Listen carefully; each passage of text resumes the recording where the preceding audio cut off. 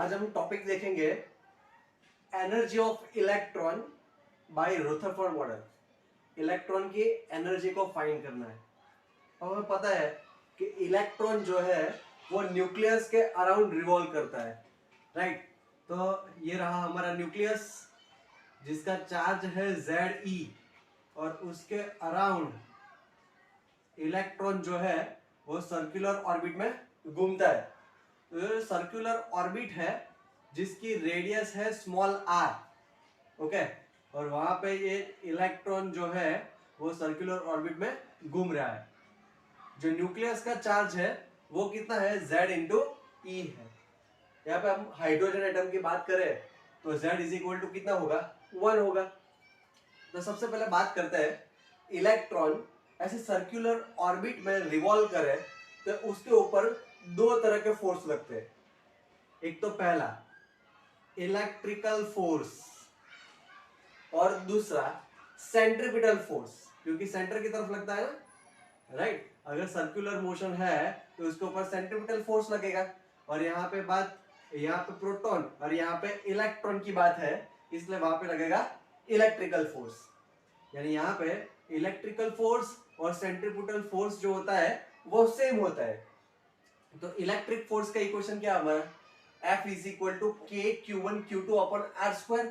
तो K यानी 1/4 पाई epsilon not, Q1 Q2 यानी यहाँ पे चार्ज इलेक्ट्रॉन ही है, यानी मैं लिखूंगा ई स्क्वायर, और दोनों के बीच का डिस्टेंस r है तो लिखूंगा आर स्क्वायर, ओके। रही बात सेंट्रीपिटल फोर्स की, तो जो सेंट्रीपिटल फोर्स है हमारा वो कितना रहता है, mv square upon r, right. तो इसको हम ले लेते हैं इक्वेशन नंबर 1, इसको लेते हैं इक्वेशन नंबर 1। अब यहाँ पे दिख रहा है कि एक आर आर कैंसिल हो सकता है, और आर आर को कैंसिल करें तो इसमें से आर को इक्वेशन बनाएंगे तो क्या आएगा, r equal to e square upon 4 pi epsilon naught, ये आर ऊपर चला जाएगा, एम बी स्क्वायर नीचे आएगा, राइट। तो ये हुई भाई हमारी इलेक्ट्रॉन की जो रेडियस है, राइट। ये जो सर्कुलर ऑर्बिट में घूम रहा है उसकी जो रेडियस है वो रेडियस का इक्वेशन हुआ। इसी हिसाब से सेम हम वेलोसिटी का भी ढूंढ सकते हैं। इसमें से खाली v स्क्वायर को इक्वेशन बना लो तो e square upon 4 pi epsilon not m r, okay. यहाँ से v को इक्वेशन बनाया तो अंडर रूट आएगा इस साइड, तो ई स्क्वायर का अंडर रूट ई होता है, और नीचे अंडर रूट में लिखना होता है 4 pi epsilon not m r, यानी ये जो इलेक्ट्रॉन है उसकी वेलोसिटी का इक्वेशन है। यहाँ पे इलेक्ट्रॉन जो सर्कुलर ऑर्बिट में घूम रहा है उसके रेडियस का इक्वेशन ये, और ये इलेक्ट्रॉन की जो वेलोसिटी है यानी कि यहाँ पे जो v वेलोसिटी से रिवॉल्व कर रहा है उसका इक्वेशन ये आया। लेकिन हमें ढूंढता है कि क्या है कि एनर्जी ऑफ इलेक्ट्रॉन, इलेक्ट्रॉन की एनर्जी, यानी हमें टोटल एनर्जी को फाइंड करना है। टोटल एनर्जी मींस हमें काइनेटिक एनर्जी भी चाहिए, पोटेंशियल एनर्जी भी चाहिए, और दोनों को ऐड करेंगे तब जाके हमें मिलती है टोटल एनर्जी, ओके। तो सबसे पहले हम बात करते हैं काइनेटिक एनर्जी की। देखिए काइनेटिक एनर्जी हमें पता है कि K इक्वल टू क्या होता है, 1/2 mv स्क्वायर। मैं एक काम करता हूँ, ये इक्वेशन 1 का यूज करता हूँ। From equation 1 multiply by 1/2 both side, right. दोनों साइड हम क्या करते हैं, 1/2 से मल्टीप्लाई करते हैं। यहां मैं 1/2 से मल्टीप्लाई करूं तो क्या आएगा, 1/2 mv स्क्वायर। यहाँ पे मैं 1/2 से मल्टीप्लाई करूंगा तो क्या आएगा, ई स्क्वायर अपॉन 1/2 से मल्टीप्लाई यानी 4 2 जा 8, यानी 8 पाई एप्सिलॉन नॉट, और एक आर बचा, वो यहाँ से एक आर कटेगा तो आर बचा ना, राइट। तो ये हमारा आ गया 1/2 mv square equal to e square upon 8 pi epsilon naught r, और उसको ही क्या बोलते हैं, काइनेटिक एनर्जी, राइट। तो ये आया हमारा काइनेटिक एनर्जी का इक्वेशन। इसी हिसाब से सेम पोटेंशियल एनर्जी, तो पोटेंशियल एनर्जी का इक्वेशन क्या होता है, सेकंड चैप्टर जो है तो उसके अंदर हमने देखा था कि पोटेंशियल एनर्जी को यू से डिनोट करते हैं, उसका इक्वेशन क्या होता था, माइनस के Q1 Q2 अपॉन आर, ऐसा हमने देखा था। लेकिन इस तरह से फॉर्म में लाना हो तो माइनस के यानी 1/4 पाई एप्सिलॉन नॉट, और नीचे आर तो है, Q1 और Q2 हमारे ई है, यानी आएगा ई स्क्वायर।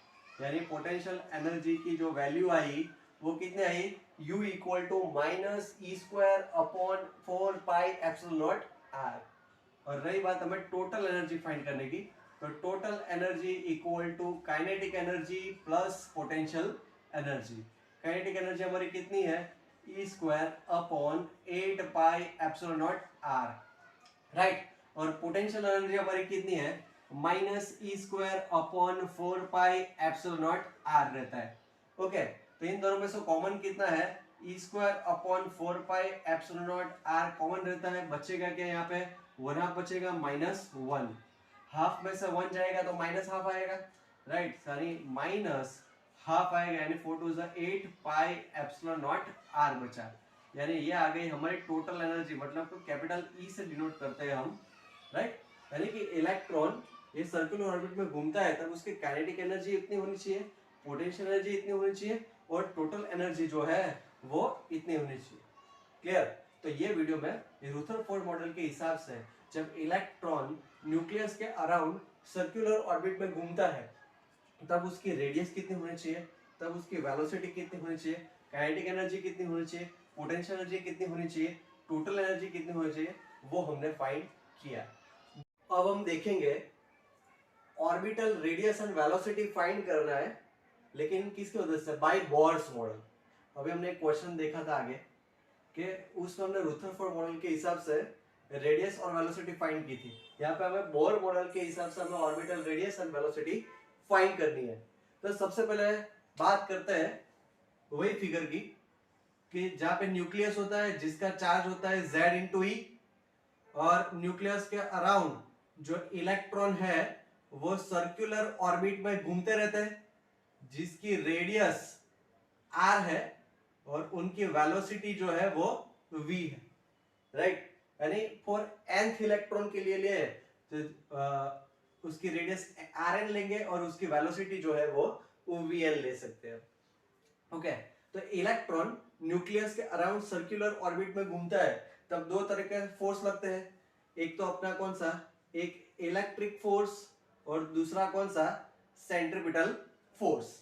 ओके, तो इलेक्ट्रिक फोर्स का इक्वेशन क्या है, 1/4π k q1 q2 upon r square, यानी k यानी 1/4π ε0 q1 q2 मतलब e स्क्वायर अपॉन दोनों के बीच का डिस्टेंस कितना है rn, यानी rn square, right, is equal to centripetal force का इक्वेशन क्या है, mv square upon r, right, mv square upon r, लेकिन रेडियस को यहाँ पे हमने rn नाम दिया है तो हम rn रखेंगे, राइट। तो ये आया अपना इक्वेशन नंबर 1। ओके, ये अपना इक्वेशन नंबर 1। आगे देखते हैं दूसरा, यहाँ बोर्स मॉडल की बात है तो हमें बोर्स के जो हाइपोथेसिस है उसका यूज करना पड़ेगा। जो बोर का जो सेकेंड हाइपोथेसिस है, right, Bohr's second law, second hypothesis बोल सकते हैं हम।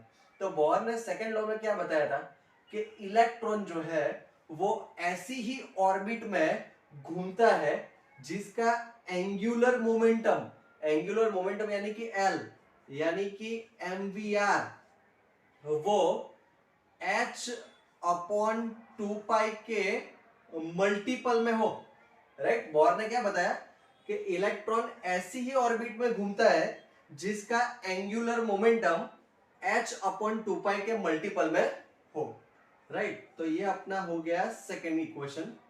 Now from first equation, from equation number 1, equation 1 में आप देख सकते हो ये एक rn एक कट होगा। ओके, तो ये rn को मैं ऊपर ले जाता हूं, यानी mv square rn equal to e square upon 4πε0। Okay, now यहां से मैं v स्क्वायर है ना, तो एक v को मैं साइड पे लेता हूं, कैसे वो देखते हैं। एक v को मैं साइड पे लेता हूं तो अंदर ब्रैकेट में लिख देता हूं mvrn, okay, is equal to क्या है, ई स्क्वायर अपॉन 4πε0। ओके ना, यहाँ v स्क्वायर है तो एक v को मैंने साइड पे लिखा तो बचा क्या, mvr ही बचा, is equal to e square upon 4πε0। यहाँ पे रेडियस को हर जगह मैंने rn दिखाया ना, तो मैं रेडियस को rn से ही दिखाता हूँ। Okay, now from equation two हमारे पास वैल्यू है, एमवीआर की वैल्यू क्या है, NH अपॉन 2 पाई। तो यहाँ पे वैल्यू डाल दे, यानी V की जगह पे क्या डालेंगे, NH upon 2 pi is equal to e square upon 4 pi epsilon not. Now V, ये इसको नीचे लेके आते हैं, तो e square upon 4 pi epsilon not into ये नीचे आया, यानी कि NH अपॉन 2 पाई, तो यहाँ से एक पाई पाई कट हुआ, ये 2 2 जा 4 हुआ, यानी V इज इक्वल टू क्या आया, e square upon 2NH epsilon not. Okay, तो बच्चों ये अपने ना वेलोसिटी का इक्वेशन आ गया। ओके, ये आया वेलोसिटी का इक्वेशन। अब हम फाइंड करते हैं रेडियस का, है ना, वेलोसिटी आ गया, अब रेडियस फाइंड करना है। नाउ फ्रॉम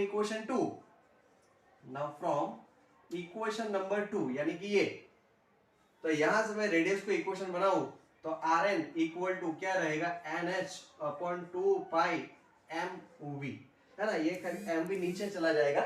अब ये v की वैल्यू इसमें डाल दे, यानी कि NH अपॉन 2 पाई m, अब ब्रैकेट में v की वैल्यू ये रही, वो क्या है, e square upon 2NH epsilon not.